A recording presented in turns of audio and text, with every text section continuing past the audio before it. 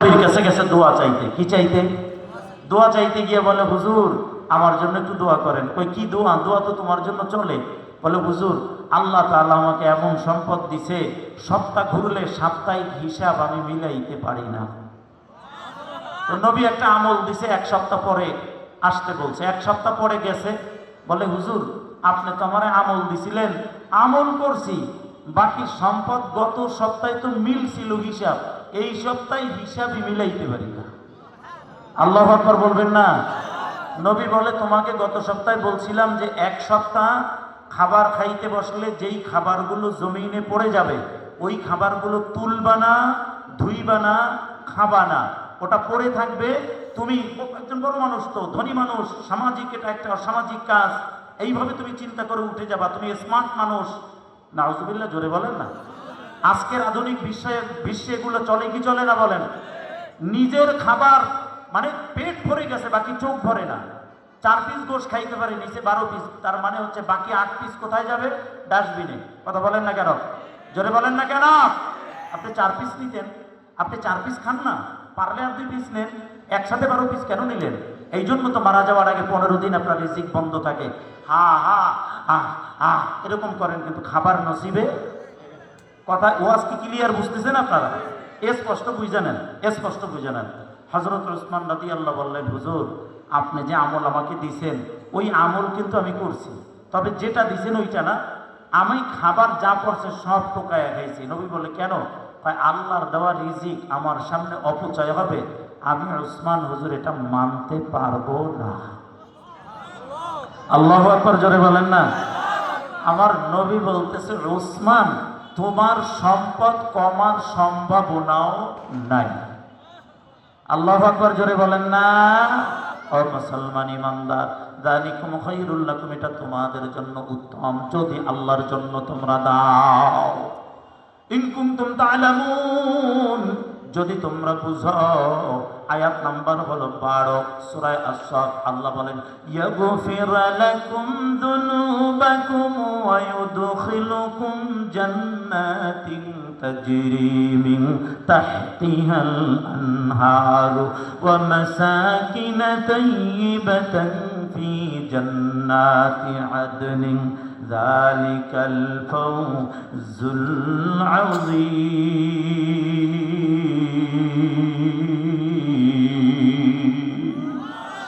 বাবাজি আমার আল্লাহর গোলাম, আল্লাহ বলে, ইয়াগফির লাকুম যুনুবাকুম, শুনো তোমাদের পাপ রাশিকে আল্লাহ ক্ষমা করে দিবে। ও বাবা জান, আওয়াজ দিয়ে বলো, আমাদের জিন্দেগিতে গুনাহ পাপ আছে না নাই? কম না বেশি? আল্লাহ বলে, ইয়াগফির লাকুম যুনুবাকুম, আমি আল্লাহ তোমাদের পাপ রাশি ক্ষমা করে দিব। বলে, কেন ক্ষমা করব? তুমি আমার রাস্তায় দান করছ। কেন ক্ষমা করব? আমার জন্য জিহাদ করছ। কেন ক্ষমা করব? তুমি আমার উপর ঈমান আনছ, আমার নবীর উপর ঈমান আনছ। তোমার ভাগ্যের মালিক আমি, এটা তুমি বিশ্বাস করছ। তাকদীরের উপর ঈমান আনছ, এই জন্য আমি আল্লাহ তোমার পাপ রাশিগুলো ক্ষমা করে দিব। আল্লাহ জানা দাও গোলাম, শুনো আমি তোমার পাপ রাশিকে ক্ষমা করে দিব, এমন জান্নাতে দাখিল করবা যেই জান্নাতের পাদদেশের নদী প্রবাহিত থাকবে। আল্লাহু আকবার, জোরে বলেন না। শীতকালীন সময় সমুদ্র সৈকতে লক্ষ লক্ষ টাকা খরচ করে হাজার হাজার লক্ষ লক্ষ মানুষ যায়। কয় কেন? বলে, দিলের শান্তির জন্য। ঢাকায় মজা লাগে না, ছুটি পাইছি ডিসেম্বরের শেষ সপ্তাহ, চলো সমুদ্রে যাই কুয়াকাটা, চলো সমুদ্রে যাই কক্সবাজার, যাও চলো ঘুরে আসি ঘুরে আসি। ও মুরাব্বি, ও যুবক, আল্লাহ বলে, গোলাম দুনিয়ার সামান্য সমুদ্র সৈকত দেখিয়া তোমার এত আনন্দ, সূর্য উঠতেছে সূর্য ডুবতেছে এইটা দেখিয়া তুমি বড় আনন্দ পাও, নর্তকীর সাথে ঘষাঘষি হয়, হোটেলে গিয়া তোমারও কত কুকর্ম হয়।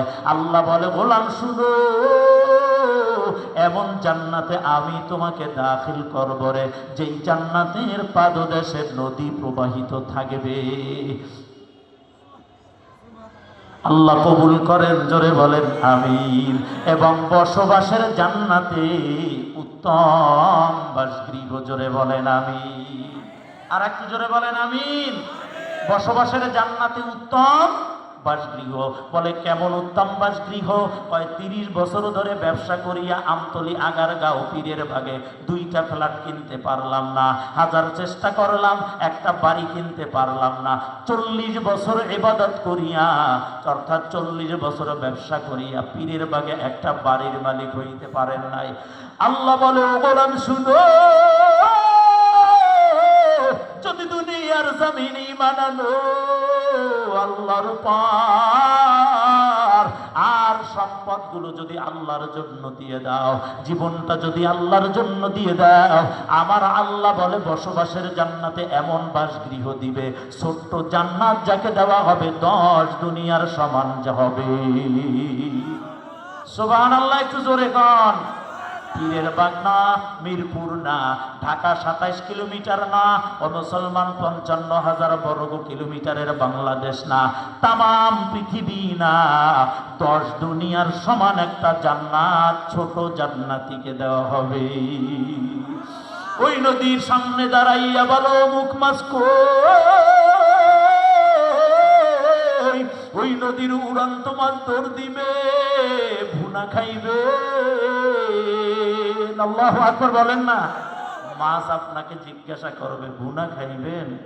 বলতে দেরি, সামনে আসতে দেরি নেই। আল্লাহু আকবার।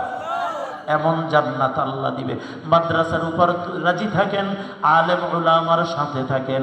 আল্লাহর গোলাম, আমার প্রিয় বন্ধু, প্রিয় বড় ভাই মুফতি কামরুল ইসলাম আরিফি হাফিজাহুল্লাহ, আপনাদের সবার দোয়া নিয়ে এই মাদ্রাসা বছরের পর বছর চালাইতেছে। আপনাদের এখানে অনেক অনেক অবদান, অক্লান্ত পরিশ্রম, মেহনত করা অর্থ থেকে মাদ্রাসায়